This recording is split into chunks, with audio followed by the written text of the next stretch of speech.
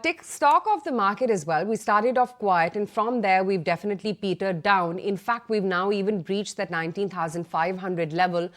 The pressure points, besides, of course, what's happening in the large caps, are largely technology. Some of the auto stocks as well are caving in, and banks, they're quite the weak link today. In fact, I think it's one of the biggest sectoral losers, banks, along with real estate and autos, like I mentioned. But still in the thick of earnings, we're not quite done yet. So let's address another set. We have Aarti Industries joining in the show right now. Rajendra Gogri, the CMD. They've had a weak quarter. So let's try and understand what's really happening here. Rajendra, great to have you on ET now. Weak numbers, and that continues to haunt your company. That is the story this time across, unfortunately, the entire chemical sector as well. This has been your lowest PAT report in about almost, more than 5 years? What's that due to? Is it pricing pressure or is it overall slowdown? Basically, it is a global slowdown, mainly driven by the higher interest rate in dollar terms. So the discretionary slowdown was already there for dyes, pigments, and then it has more gone on in auto and construction sector also. But simultaneously, agrochemical also has got this inventory correction, mainly driven by this higher interest cost and accumulated inventory in the earlier year when there was a difficulty in getting the containers for shipments. So agrochemical also has gone under currently under inventory correction. And third factor is the Chinese economy is also a little bit slowed down. So that has created a little bit extra supply in China and put some margin pressure. The Chinese currency has actually depreciated against Indian currency by about 4%. It was around 12. It is running at around 11.5. So these are the multiple factors, which has impacted the volumes and corresponding impact on EBITDA also. You would have an industry perspective. Out of all the factors that you just talked about right now, which are weighing on not just your, but the entire sector earnings, what do you think is going to turn around the first? Basically, progressively, I think this inventory correction should go off. So by the end of Q3 and Q4, I think substantial part of the inventory correction in both agrochemical as well as on a discretionary sector should get over. So second half should be, I think, definitely much better than the first half. To come back or normalize, either new capacities have to shut down or existing capacities have to shut down or demand has to make a comeback.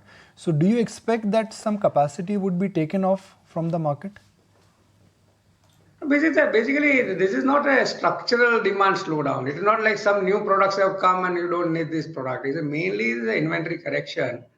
And because of the higher interest rate, some of the sector has shown slowdown. So we don't see, there may be some lower capacity utilization in by some of the companies in some of the products. We don't see much capacity shutdown because most of this demand will be there in FY25 for sure. So are you sticking by with your FY25 guidance, that of achieving 1,700 crore rupee EBITDA, or would you downgrade that? Yeah, as of now, we are not, changing anything. I think that will maybe after a couple of quarters, we may come up with updated numbers. So why are you not changing it right now? I mean, I'm just trying to understand that. Yeah, right now things are much fluid, Then if you change it a little bit and then whether depending on the situation, how the demand looks up in maybe next couple of quarters, that will give more visibility of the demand in FY25. If the demand remains of original nature of a normal scenario, then I think we should not have much issues on, we may not have to much change in the guidance. I think in your CRAMS business, that's something which markets track with a magnifying glass. Pardon? The CRAMS business, what is the update in the CRAMS business where you are forging new partnerships? Yeah, the partnership efforts are going on, but because of this global slowdown, I think that is taking more time than normal. And also we'll have a multi-purpose plants coming in FY25 that will also result into a more of a high value, smaller volume products also coming into chem from FY25 onwards. What we are discussing, sir, are the numbers for the quarter gone by. That time crude was at $75.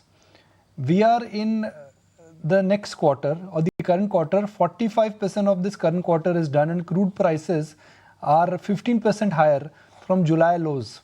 How will that change your life now that crude prices have decisively moved higher? Yes, generally, we have a pass-through model. So most of this increase in benzene and all that get passed on to the customers. So we don't see much impact of that. You said that new capacities are getting added up. So when will the new capacities be on stream and when will they start adding to your EBITDA? Yeah, our nitrochlorobenzene also we have commissioned in July. So question now is more on volume side, how do you fill this new capacity? So that is that because of the inventory correction, the whole demand for both agro as well as discretionary is currently in slowdown. So once in the second half the demand picks up, then we should be starting up filling up this new capacity also.